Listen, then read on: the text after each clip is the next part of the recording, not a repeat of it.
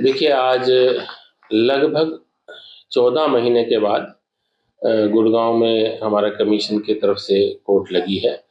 बीच की ड्यूरेशन में क्योंकि कमीशन एग्ज़िस्ट नहीं कर रहा था, तो हम कैंप ऑफ़िस नहीं चला पा रहे थे, सिर्फ़ डेट्स दे रहे था हमारा स्टाफ़ आकर। अब आज से हमने इसको शुरू किया है और पूरे ढंग से इसको स्विंग में ले आएँगे। कोई ना कोई महीने में 2 या 3 बार जितनी, और इस बार तो मुझे लगता है क्योंकि पेंडेंसी ज़्यादा है, तो शायद महीने में कई दिन तक हमें काम करना भी पड़ सकता है कभी-कभी, डिपेंडिंग ऑन पेंडेंसी। नई कंप्लेंट्स बहुत सारी हैं। आज करीब-करीब 13 केस थे, जिनमें से लगभग आधों का निपटारा हो गया, क्योंकि उसमें जो-जो एक्शन उन्होंने माँगा था कंप्लेंट्स में वो हो चुका था। कुछ में नहीं हुआ है, उनकी दोबारा से रिपोर्ट माँगी गई है और अब बहुत जल्दी यहाँ गुड़गाँव में जो 5-6 जिलों का हम काम देखते हैं, तो उसको और आगे स्विंग से काम बढ़ाएँगे। हमारे नए चेयरमैन साहब और एक मेंबर साहब जो दूसरे हैं, वो भी यहाँ पे कंटिन्यूअसली विजिटिंग रखेंगे और जैसे-जैसे आगे होगा समय, मैं इसलिए आप लोगों से आज मिलके ये बता रहा कि जल्दी ही अब गुड़गाँव का आज से सारा सिस्टम जो जिससे पहले था वैसे ही चल पड़े। देखिए, ज पिछले टेन्योर के अंदर हमने ये एक नई शुरुआत की थी। सबसे ज़्यादा वायलेशन के केसेस पुलिस डिपार्टमेंट के आते थे।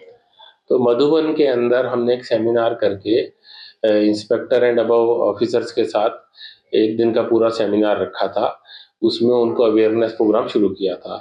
तो वहाँ के जो इंचार्ज थे मधुबन के ट्रेनिंग सेंटर्स के, उन्होंने हमें एश्योर किया था कि हम इसको पार्ट ऑफ देयर ट्रेनिंग बनाएँगे ह्यूमन राइट्स को। ऐसे ही मैंने जेलों के अंदर शुरू किया था। उसका भी जो सेमिनार यहीं गुड़गाँव में किया था लास्ट हमने, इसी भोंडसी जेल के अंदर।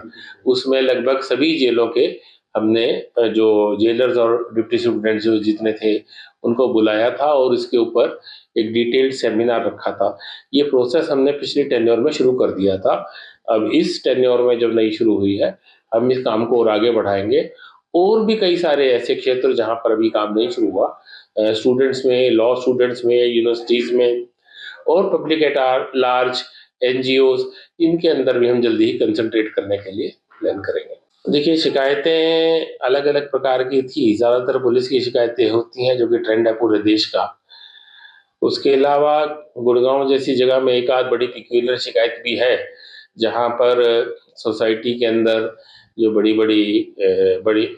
बिल्डिंग्स बनी हुई हैं, उसमें लोगों ने फ्लैट्स तो ले लिए पर उनको एमेनिटीज़ पूरी नहीं मिल रही और बिल्डर अपना काम करके जा चुका है, तो वो एक समस्या आ रही है उनको कि अब वो प्लेग्राउंड कहाँ से लें, बच्चों को खेलने की जगह जो प्लान में दिखाई गई थी, वो प्रैक्टिकली अवेलेबल नहीं है। तो इस प्रकार की पेक्यूलियर शिकायत भी आज एक लगी हुई थी।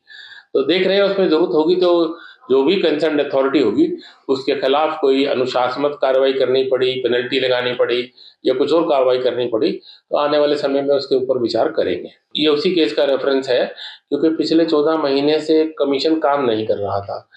तो और दूसरा कुछ विषय ऐसे हैं जो रिएरा के बनने के बाद, नई सोसाइटीज़ बनने के बाद, कुछ कानून ऐसे हैं जिनका अभी तक स्पष्टीकरण नहीं हो पाया है।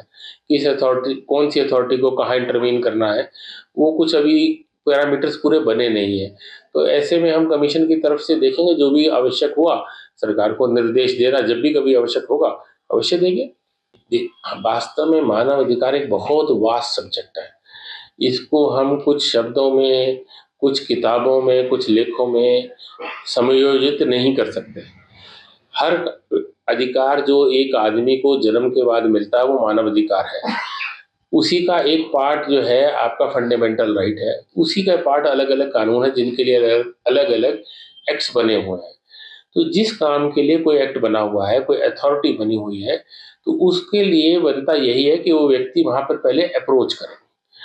अगर कोई एक सिस्टम बना हुआ है तो मानव अधिकार आयोग ये तो है नहीं कि हर काम को यही करेगा।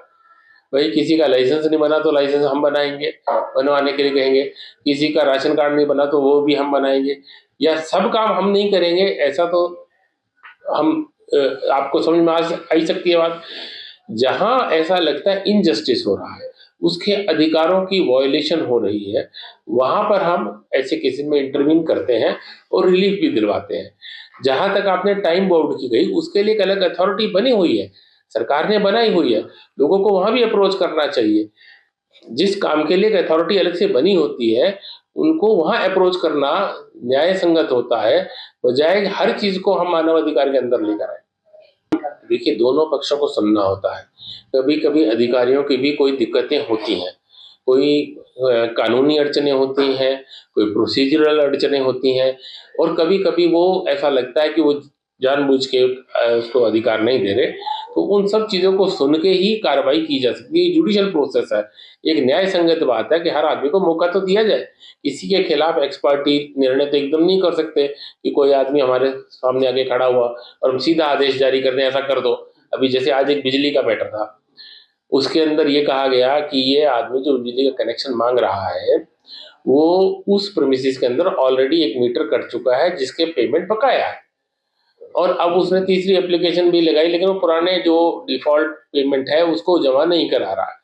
एज पर पॉलिसी उसका जमा कराना जरूरी है। अब वो पुराना नाम रह जाए के नाम और नए नाम से लग जाए तो बिजली बोर्ड कहाँ से पैसे लाएगा। तो ऐसे कुछ प्रोसीजरल फॉल्ट होते हैं जो डिपार्टमेंट बताता है, तभी हमारे को पता चलता है। तो इन सब बातों को मद्देनजर देखते हुए ही हम कोई आदेश जारी कर सकते हैं। इसी प्रकार से जो लोगों को जो रोजमर्रा के कामों में टाइम बाउंड नहीं होता, उसके लिए एक अलग अथॉरिटी है, वहां पर लोगों को जाना चाहिए और उसके अगर रिड्रेसल नहीं होती या कोई ऐसी अड़चन आती है, तब हम उसके अंदर एक गवर्नमेंट को डायरेक्शन देंगे, लेकिन वो कोई ऐसा मैटर होना चाहिए जहां हमारे इंटरवेंशन की जरूरत पड़े। देखिए, पहले में और आज में परिवर्तन बहुत हुआ है। ऑनलाइन कंप्लेंट्स भी इंटरटेन की जा रही हैं। ऑनलाइन आप कंप्लेंट डालते हैं या टेलीफोन पे ऑनलाइन अपनी कंप्लेंट डालते हैं, टाइम नोट कर रखते हैं, तो आपके पास एक रिकॉर्ड रहता है कि हमने उस समय पे ये कंप्लेंट की थी। या बाई रजिस्टर पोस्ट भी आप अपनी कंप्लेंट कंसर्न्ड हेड जो होता है जिले का उसको भेज सकते हैं या एसएचओ को भेज सकते हैं। तो बहुत सारे साधन बदल गए हैं, लेकिन दुख ये है कि लोग उन चीज़ों का उपयोग नहीं कर रहे हैं। ऑनलाइन कंप्लेंट का जो पुलिस की वेबसाइट्स बनी हुई हैं, ईमेल्स बनी हुई हैं, उनका इस्तेमाल ही नहीं होता, इतना नहीं होता जैसा होना चाहिए। तो वो भी लोगों को जागरूकता की आवश्यकता है कि सही जगह पे सही अपनी बात को टाइम से रखें। अगर वो एक्शन नहीं लेते, तो उसका फिर इलाज है और हम करते भी हैं।